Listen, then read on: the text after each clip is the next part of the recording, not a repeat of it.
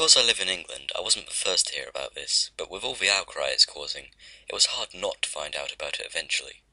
And so I did some research into the Ground Zero Mosque, as people are calling it, and they couldn't actually find any valid reason as to why so many people are against it. Let's go into the backstory first, for the two of you who haven't heard already. Park 51 is a planned Islamic community centre and mosque, notable only by the fact that it's being built a few blocks away from a memorial site of the World Trade Center. The main opposers to this development seem to think that the mosque and the community centre so close to the World Trade Center is offensive, and the problems with this argument are blinding. First off, it should be obvious to anyone who has managed to remain unindoctrinated by the media that not every Muslim is radical or a terrorist who wants non-Muslims dead. The fact that the people behind the 9/11 attacks were Muslims does not mean that all Muslims support this shocking and violent act, and the fact that this isn't immediately obvious to everybody is what worries me. For instance, imagine that you were born in Germany. You're walking along the street when you pass a synagogue and for some reason you take a look inside out of interest. However, you're promptly ushered out of the synagogue by its inhabitants, who angrily tell you that, because you are German, you cannot be in a place of Jewish worship.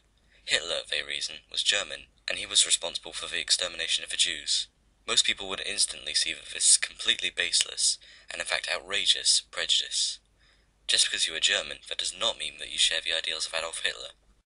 But if you can concede that the above is ridiculous, why hold to the position that we should forbid Muslims from building a place of worship near an area which was destroyed by extremists? These obviously aren't the same Muslims responsible for the 9/11 attacks who wish to build Part 51. Opposers of the project usually respond to this by pointing out that the motives of the people building the mosque should be called into question. Usually, this culminates in accusations that the mosque itself is only being built to celebrate victory concerning the 9/11 attacks, a patently ridiculous theory for its lack of any real justification. What reason have you to suppose that they are not actually building a mosque in an attempt to make peace with the families of the 9/11 victims? What reasons have you to suppose that their motivations even need to be called into question?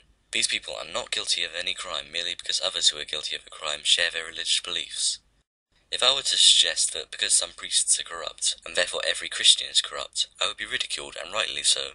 People also seem to fear that building a mosque will just contribute to the supposed Islamification of America.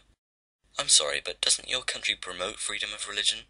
Wasn't it Thomas Jefferson who said that your country is not to favour one religion over another? The famous First Amendment that allows for free exercise of religion, and that prohibits the establishment of a national religion, just because Christians make up the majority in your country, that's no reason to suppose that America is by necessity a Christian country. And just because Muslims actually want a place to express their own religion, that doesn't mean America is becoming an Islamic nation either. The fact that Part 51 could cause such sheer controversy, simply due to a project involving Islam, and its location being that right next to the World Trade Center and memorial site, quite frankly amazes me. It just shows that, for as long as there are radical Muslims, these people are all the world that will ever factor into the equation when talking about Islam, and is a kick in the teeth to the supposed freedom of religion that the great US of A claims to promote.